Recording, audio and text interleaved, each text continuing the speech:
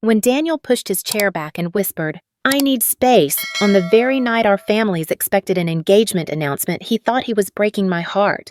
He stood there, adjusted his tie, the one I bought him, and walked out of that candlelit restaurant without looking back. He thought he was leaving a woman who had nowhere else to go. He was wrong. Most women would have chased him. I just signaled the waiter for the check and used Daniel's own credit card to pay for a dinner he didn't eat. I didn't need to ask where he was going. I already knew about the red-bottom heels he'd bought for a woman who wasn't me and the space he'd reserved at a hotel across town. But here's the thing about space, it works both ways. While Daniel spent the next 48 hours celebrating his freedom, I was activating Clause 9 of a contract he'd never bothered to read. By the time he realized his bank accounts were frozen and his firm's board of directors had vanished, I was gone. Now he's frantically calling my phone, begging for a second chance as his world turns to ash. But I'm not home. I'm seated at a very different table in a room where Daniel couldn't even get past the doorman sitting beside the one man who can erase Daniel's future with a single phone call. Stay tuned, because this isn't just a breakup story, it's a masterclass in how to dismantle a traitor's life with a smile and a signature. You won't believe the secret I uncovered in our family archives, or the moment Daniel realizes that when you leave a Hales table, you don't just lose a seat, you lose everything. My name is Monica Hale. At 38, I have spent my life as a senior strategic advisor, a title that essentially means I am the architect of order within the Hale Family Trust. I was raised to understand that a name is not just a label, but a fortress built on generations of public service and unwavering integrity, a legacy I carried with the same quiet pride as the vintage pearls around my neck. The air in the Beaumont's private dining room was thick with the scent of white lilies and the ghosts of better men. February 14th was never just a commercial holiday for the Hales. It was the anniversary of the night my grandfather proposed to my grandmother in 1948, cementing a union that became the bedrock of this city's educational system. For us, Valentine's Day was a celebration of foundational commitment. I sat across from Daniel watching the candlelight dance in his eyes, expecting the question that would finally merge our futures. Instead, I watched him adjust his cufflinks, the ones I had gifted him for his first major board meeting, and felt the temperature in the room drop to a level no hearth could warm. "I need space," Monica Daniel said. His voice was devoid of the warmth he usually reserved for public appearances. There was no tremor of guilt, only a chilling detachment that made him look like a stranger wearing a familiar face. "I can't do this tonight. I can't do us anymore." The world should have tilted. A lesser woman might have gasped, perhaps let a crystal glass shatter against the mahogany floor, or demanded to know the name of the woman who had undoubtedly been whispering in his ear for months. But a Hale does not unravel in public. I felt a surge of cold clarity wash over me, a survival instinct honed by years of navigating high-stakes negotiations. Instead of speaking, I looked down at my hands. With deliberate, agonizing slowness, I took my linen napkin from my lap. I smoothed the fabric, feeling the intricate embroidery of our family crest beneath my fingertips. I folded it once, then twice, aligning the edges with surgical precision before placing it on the table. It was a ritualistic exit, a silent declaration that his time at my side had officially expired. By the time I looked back at him, I had already begun the process of erasing him from my reality. He seemed unsettled by my silence, his entitlement bubbling to the surface like a festering wound. "You're doing that thing again," he scoffed, leaning back as if he were the one being wronged. "That Hale thing. Do you have any idea how suffocating this legacy is? I've spent 5 years feeling like I'm auditioning for a part in your life rather than living it. I'm tired of being a Project Monica. I'm tired of the rules, the expectations, and the weight of your family's history. I need to breathe." I listened to his words, marveling at the sheer hypocrisy of the man. I remembered the night we met when he had hung on every word of my family's history, his eyes gleaming with a hunger for the very solidity he now claimed was choking him. He hadn't fallen for me, he had fallen for the foundation I provided. He had spent years meticulously weaving himself into the Hale tapestry, using my connections to build his firm and my reputation to open doors that would have otherwise remained bolted. He wanted the protection of the walls I had built around him, But now that he felt secure enough to stand on his own, he resented the strength of the stones. He was like a man who moves into a palace and complains about the height of the ceilings. He expected me to argue, to remind him of everything I had sacrificed for his career, or to cry out in betrayal, but I simply watched him, my expression a mask of polished stone. He didn't realize that when you attack the legacy of a woman like me, you aren't just hurting a fiancé. You are declaring war on an institution. Without a word, I reached into my clutch and pulled out my tablet. To an observer, it might have looked like I was checking a missed call, but I was opening a digital folder I had prepared weeks ago ever since a certain auditor had flagged a series of unusual transactions in Daniel's name. The folder was titled Hale Family Trust, Compliance Draft. I didn't look for frantic text messages or blurry photos of him with a younger woman. Such things were beneath the dignity of my position. Instead, I scrolled through a series of legal clauses and structural weaknesses I had identified in his business model. In the world Daniel wanted to enter, love is a sentiment, but in the world I inhabit, loyalty is a legal framework. He believed he was breaking a heart, but he was actually triggering a series of contractual dominoes that he had never bothered to read. He had spent so long looking at the glittering surface of the Hale name that he never bothered to understand the machinery beneath it. He thought he was walking away from a relationship, unaware that he was stepping out from under the only umbrella that could protect him from the storm I was about to unleash. I looked at him one last time, seeing not the man I had loved, but a liability that needed to be liquidated. I stood up, my posture perfect, the silk of my dress rustling like a warning. I didn't say goodbye. I didn't wish him well. I simply turned and walked toward the door, leaving him alone at a table set for a celebration that would never happen.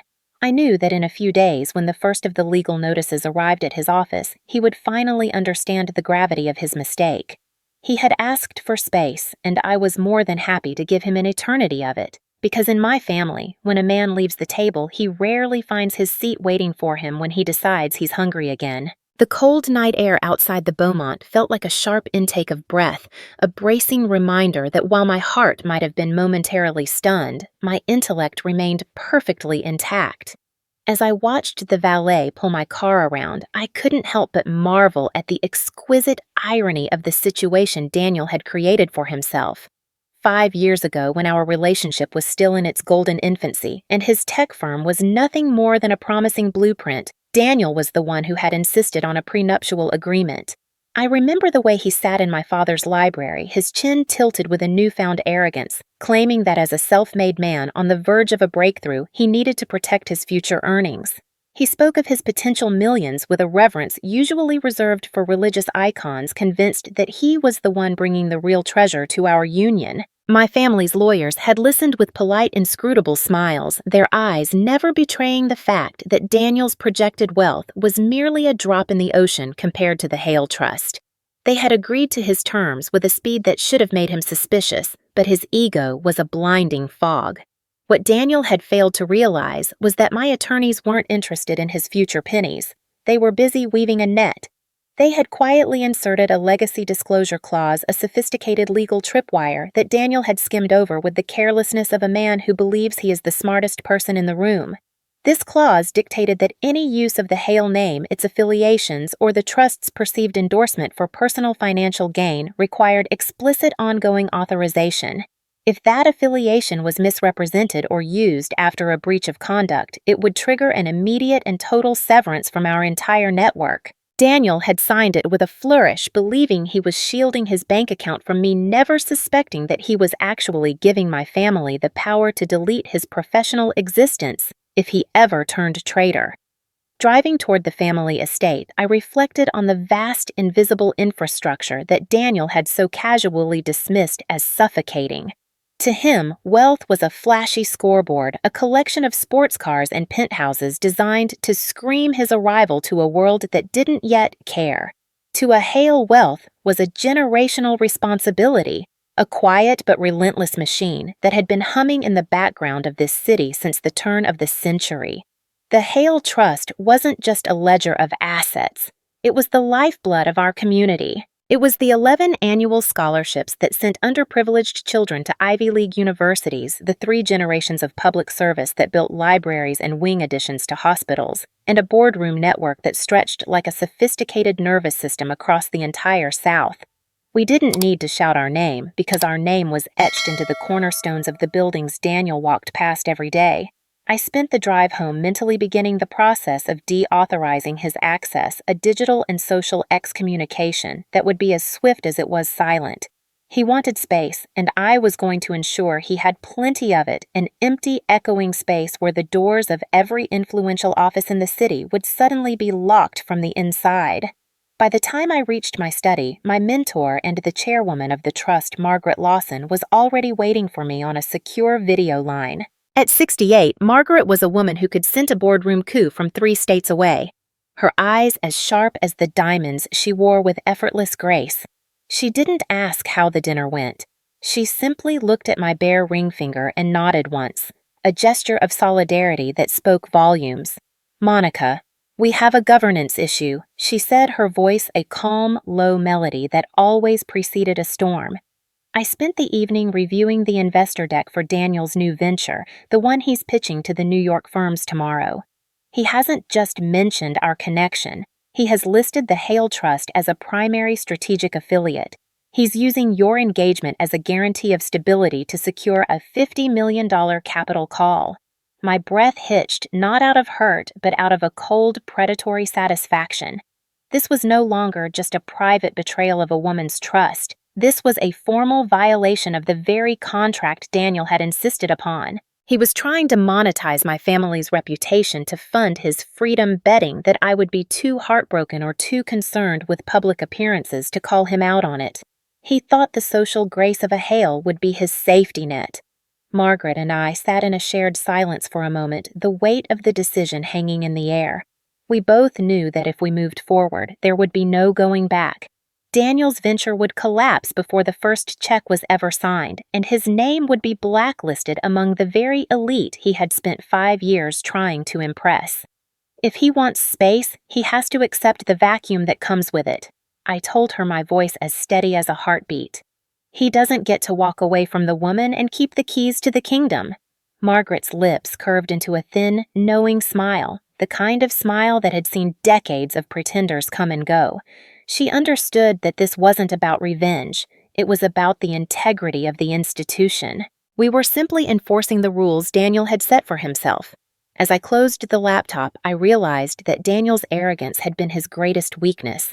He had spent years studying the art of the deal, yet he had missed the most fundamental lesson of all.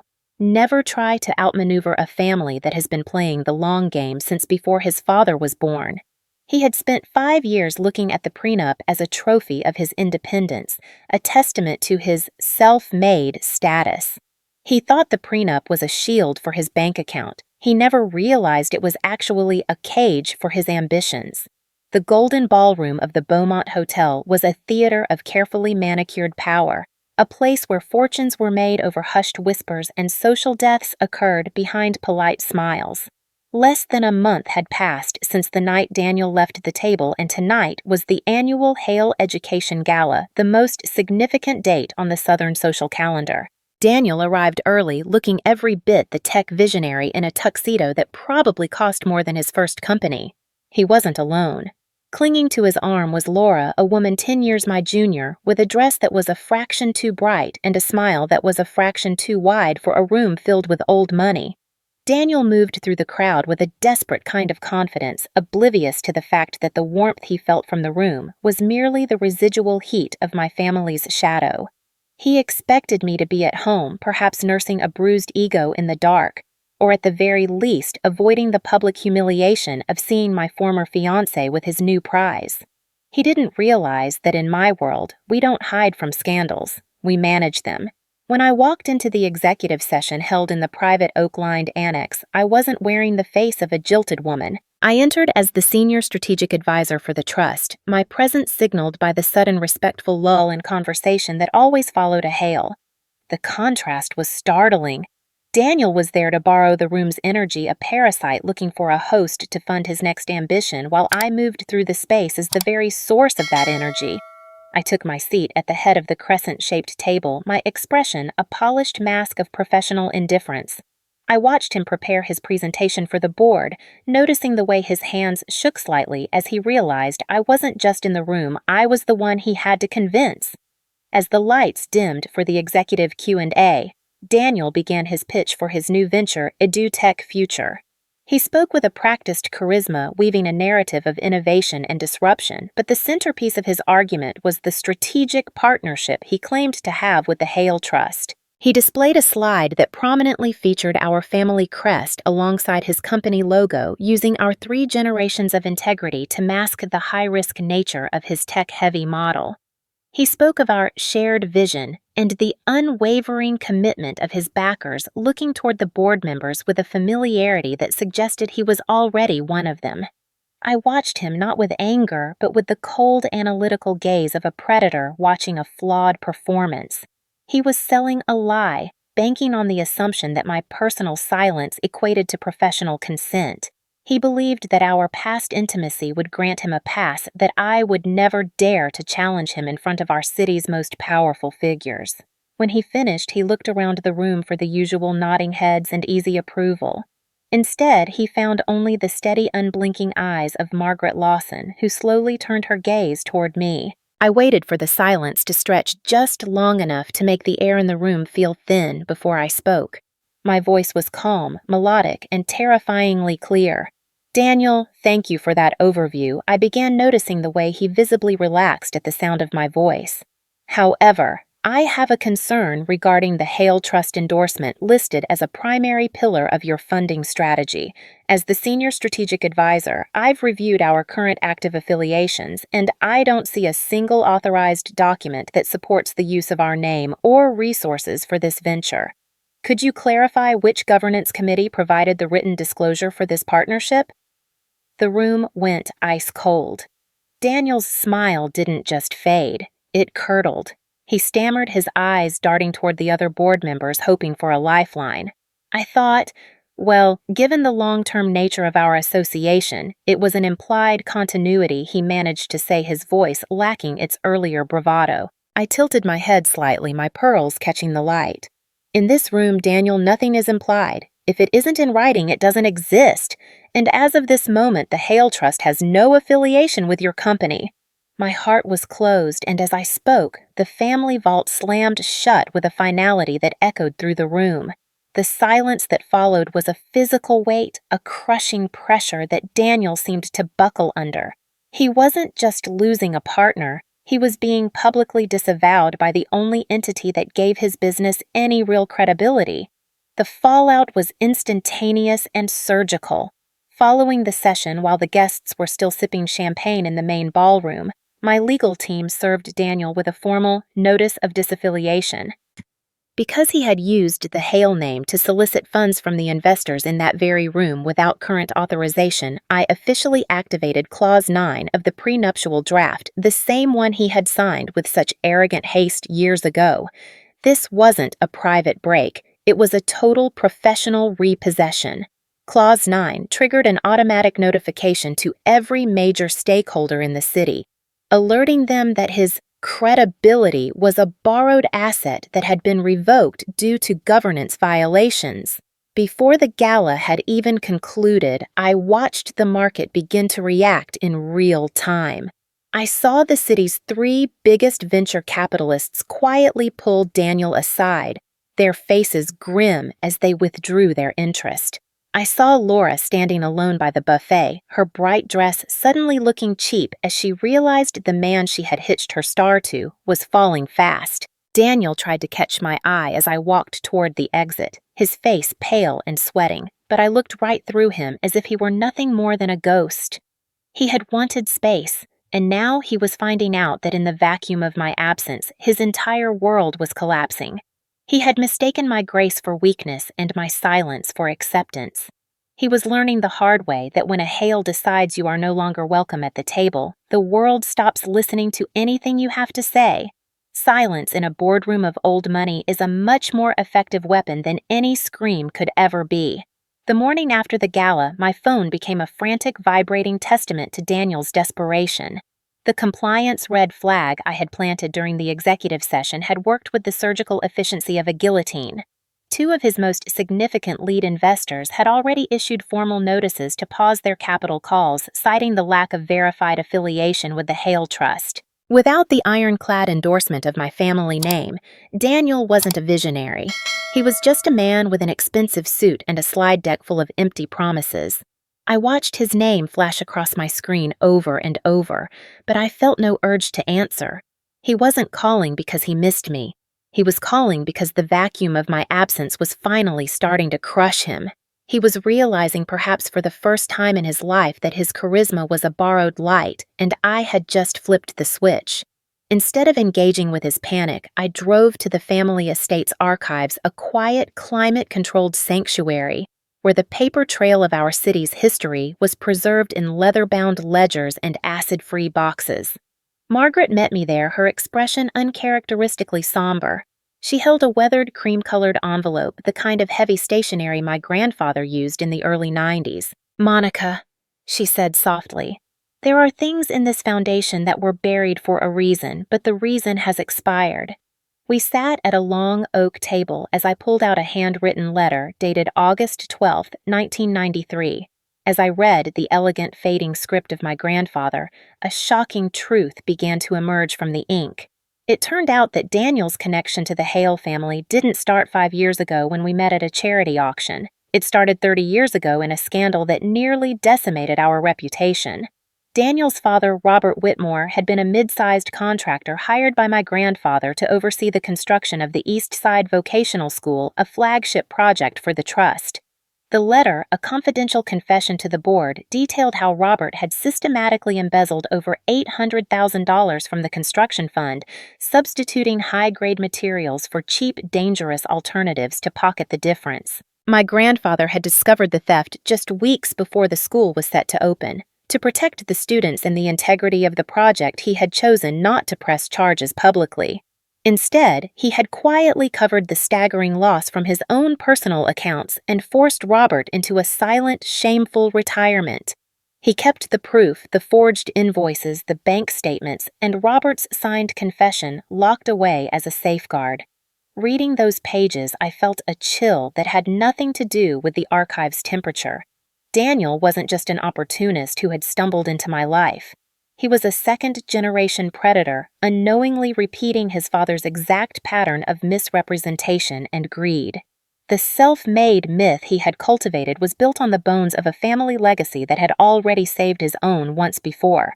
But the most devastating revelation was tucked into the back of the envelope, a separate note from my mother written on her personal card. It was a plea to my grandfather, her father asking him to stay his hand and keep the authorities away from the Whitmore house. I remember that summer she wrote, and I remember seeing Robert's little boy playing on the site. "He's only 5, Dad. He shouldn't have to grow up visiting his father in a federal prison because of one man's weakness. Let Robert disappear for the sake of the child." My breath caught in my throat as the image of a 5-year-old Daniel took shape in my mind, a child whose entire life had been made possible by the very mercy he was now spitting on. My mother had saved his childhood, and in return, he had spent his adulthood trying to dismantle the family that gave him a future. This discovery transformed my resolve from a matter of personal justice into a historical correction. I realized then that the Hale family had already paid for Daniel Whitmore's existence once 30 years ago, and we had done so with a grace he clearly inherited none of. The weight of the letter in my hand felt like a weapon, but it also felt like a shield. For 5 years, I had loved a man who was a shadow of a ghost, a man who believed he was entitled to a seat at our table without ever knowing that his chair was built on a foundation of our forgiveness. He had accused me of being suffocating and legacy-driven, never realizing that the very legacy he resented was the reason he wasn't born into the disgrace of a criminal household. This wasn't about a breakup anymore. It was about ensuring that the cycle ended here. I looked at Margaret, and I saw the same grim understanding reflected in her eyes. We weren't just protecting a trust. We were honoring a debt that Daniel didn't even know he owed. He thought he was playing a high-stakes game of business, but he was actually walking through a graveyard of his family's secrets, and he had forgotten to watch his step. I folded the letter carefully and placed it in my bag, knowing exactly when and where I would present the bill.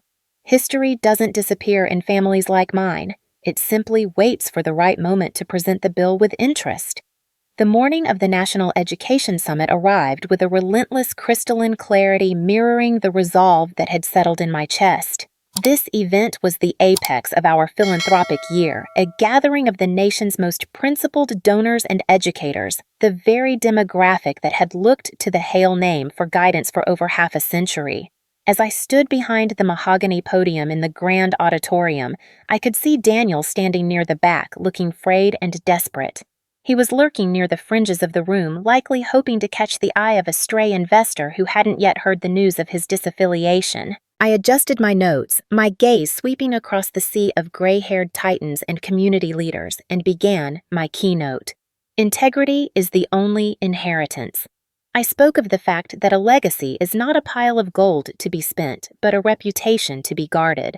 I watched the audience nod in rhythmic agreement, their faces reflecting a lifetime of understanding that trust once shattered is rarely reconstructed. From the corner of my eye, I saw Daniel's posture sag. He was finally realizing that he was no longer in on the secret of our world. He wasn't a peer among these giants. He was becoming the cautionary tale, the living example of what happens when a man trades his character for a shortcut to the top. The room was no longer a network for him to exploit. It had become a mirror reflecting his own hollowness back at him. During the subsequent panel discussion, the atmosphere shifted from aspirational to surgical. A board member from a prominent Texas foundation stood up, her voice ringing through the hall as she asked a question that felt like it had been plucked directly from my own thoughts. Monica, in this era of aggressive growth, how should we as stewards handle personal misrepresentation in fundraising? When does a partner cross the line from ambitious to toxic? I didn't hesitate. I looked toward the back of the room, making eye contact with Daniel for a split second before addressing the crowd. My answer was cold and absolute. You withdraw access immediately. I said the words echoing with the finality of a gavel. You cannot build a future on a foundation of lies, and you certainly cannot allow a predator to wear the cloak of your credibility. If a partner misrepresents their affiliation for gain, they haven't just made a mistake. They have revealed their nature. And in the world of governance, nature is destiny. I could almost feel the oxygen leaving the room for Daniel. He stood there frozen as the physical sensation of exclusion washed over him. He was watching the doors of the elite world he had spent 5 years infiltrating lock from the inside, one by one. The silence of the donors around him was more devastating than any public shouting match. It was the quiet collective decision to treat him as if he had already ceased to exist. I exited the summit through the side glass doors, the cool afternoon air, a welcome relief after the stifling tension of the auditorium. I was halfway to my car when I heard his footsteps heavy and uneven on the pavement. Monica Daniel shouted, his voice cracking with a mixture of rage and panic. He cornered me near my driver's side door, his face flushed, his tie loosened for the first time in years. "You're destroying me," he hissed, his hands trembling as he gestured back toward the building. "You're blacklisting me from every firm in the city. After 5 years, this is how you treat me, because I asked for space, because I wanted to be my own man." I looked at him with a pity that was far more cutting than anger. I didn't say a word. Instead, I reached into my bag and pulled out the cream-colored copy of the 1993 letter I had found in the archives. I handed it to him, watching as his brow furrowed in confusion, then smoothed into a mask of pure horror as he recognized his father's name and the details of the embezzlement. I waited until he reached the final paragraph, the part where my mother pleaded for his father's freedom so a 5-year-old boy wouldn't lose his childhood. "My family saved your father out of pity, Daniel," I said, my voice barely above a whisper, but carrying the weight of a mountain. "We gave you a life you didn't even know was a gift. We sat at the same table for 5 years, and I loved you, never knowing that my family had already paid for your existence 30 years ago. He looked up at me, his eyes wide, the letter shaking in his hand. He realized in that moment that his entire self-made identity, the tech disruptor, the ambitious visionary, was a house of cards built on a mercy he had just set on fire. He had walked away from the only people who truly knew his history and chose to protect him anyway. I stepped closer, my shadow falling over him as the sun began to dip behind the skyline. You thought you were the one with the power, Daniel. You thought you were escaping a suffocating legacy, but you were actually walking out on the only debt that mattered. Some debts aren't financial, Daniel. They are inherited, and your family's credit just ran out. 6 months have passed since the day Daniel walked away from the truth in that parking lot, and the world has continued to turn with the steady rhythmic precision that only time and justice can provide. Daniel's firm did not vanish overnight. The business world rarely offers such a clean cinematic ending. Instead, he suffered something much worse for a man of his ego. He was reputationally downgraded. He survived the immediate fallout, but the elite contracts, the high-profile partnerships, and the invitation-only summits have all evaporated. He has been forced to retreat into the mid-market sector, working with the very types of clients he once scoffed at, men who care only about the bottom line and have no use for the visionary branding he so meticulously cultivated. I heard through the grapevine that Laura left him weeks after the summit, moving on to a more stable prospect in real estate as soon as she realized Daniel's association with the Hale name was permanently severed. He finally has exactly what he asked for on that cold Valentine's night. He has space. But it is a space that is cold quiet and hauntingly empty. Without the protective canopy of the Hale legacy, he is just another face in a crowded market. A man who traded a kingdom for a fleeting moment of independence, only to find that he has nowhere left to lead. He is breathing the free air he craved, but I suspect he finds it thinner and harsher than he ever imagined. While Daniel's world contracted, mine expanded with a renewed sense of purpose. I was recently appointed as the permanent governance advisor for the trust, a role that allows me to ensure the integrity of our family's work is never again compromised by an outsider's greed. My first official act was to launch a new endowment, the 1993 Integrity Scholarship. It is a project dedicated to providing vocational training and ethical business education to young people in the very district where Daniel's father once tried to steal a future. By bringing this history into the light, I have successfully purged the Whitmore stain from our family's record. We are no longer hiding a secret. We are honoring a lesson. The debt that Robert Whitmore owed my grandfather has finally been settled, not with a check, but with a commitment to the community that outlasts any single man's failure. I find a profound peace in knowing that my mother's mercy was not wasted, even if Daniel himself was unworthy of it. Her compassion allowed him a life, and my resolve ensured that life could no longer harm the legacy she cherished. Tonight, I am sitting at the same mahogany dining table where this journey began, the very one where Daniel told me he needed space.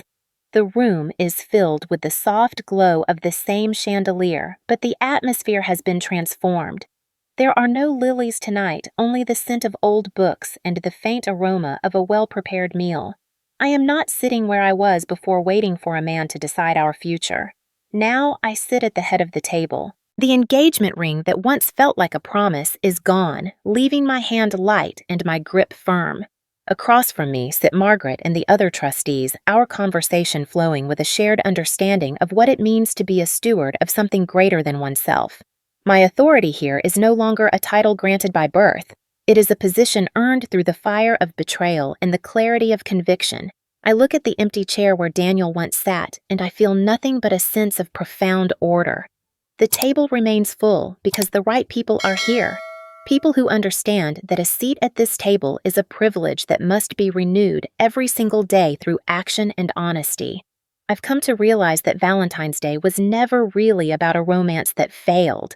It was a day of clarification. It was the moment the universe forced me to see the difference between someone who wanted to share my life and someone who wanted to consume my light. Value is not found in what you can take from a table, but in what you are willing to bring to it. We live in a world that often celebrates the self-made and the disruptors, but I have learned that true power lies in the quiet generational victory of dignity over greed. Daniel thought he was the architect of his own destiny, but he was merely a tenant in a house he didn't respect. I turned a personal betrayal into a historical correction, proving that while a lie can travel halfway around the world, the truth is always waiting at home to set the record straight. As I raise my glass to the room, I realize that I am not just a Hale by name, but by choice. I have protected the fortress, and in doing so, I have finally found my own place within it. He left the table that night thinking he was free. He didn't realize that in my family, once you leave the table, your seat is burned for firewood.